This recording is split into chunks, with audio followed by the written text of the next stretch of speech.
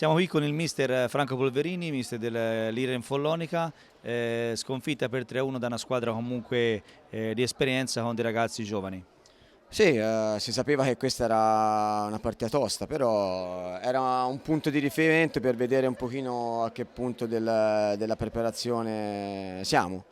Diciamo che a parte la sconfitta che brucia un pochino, la squadra ha girato bene, abbiamo visto chiaramente la differenza in pista a livello fisico, siamo ancora un po' troppo leggeri sui contrasti, su qualche errore ingenuo a livello personale che oggi hanno un po' compromesso la partita, però è esperienza che entra, quindi dagli errori si cresce. Ripartiamo da oggi, per noi è una partita, un ottimo test, giocata diciamo egregiamente, e andiamo avanti per la prossima.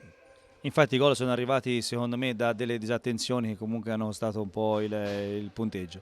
E complimenti? Sì, no, no, hai ragione, purtroppo è quello che dico, è ancora un po' lo scotto che paghiamo dal passare dalle giovanili dove ci possiamo ancora permettere certi tipi di errore perché non sempre troviamo squadre che la buttano dentro. E invece quando trovi squadre in Serie A2 in questa maniera il minimo errore personale che fai li lasci 3 occasioni, 2 te le buttano dentro. Però ripeto è il salto di qualità che ci serve durante l'anno, quindi va bene, va bene. Vi giro complimenti dei ragazzi del Matera perché appunto ha detto ha trovato una squadra insomma attenta nonostante sia giovane e tutto quanto. Complimenti ancora Franco.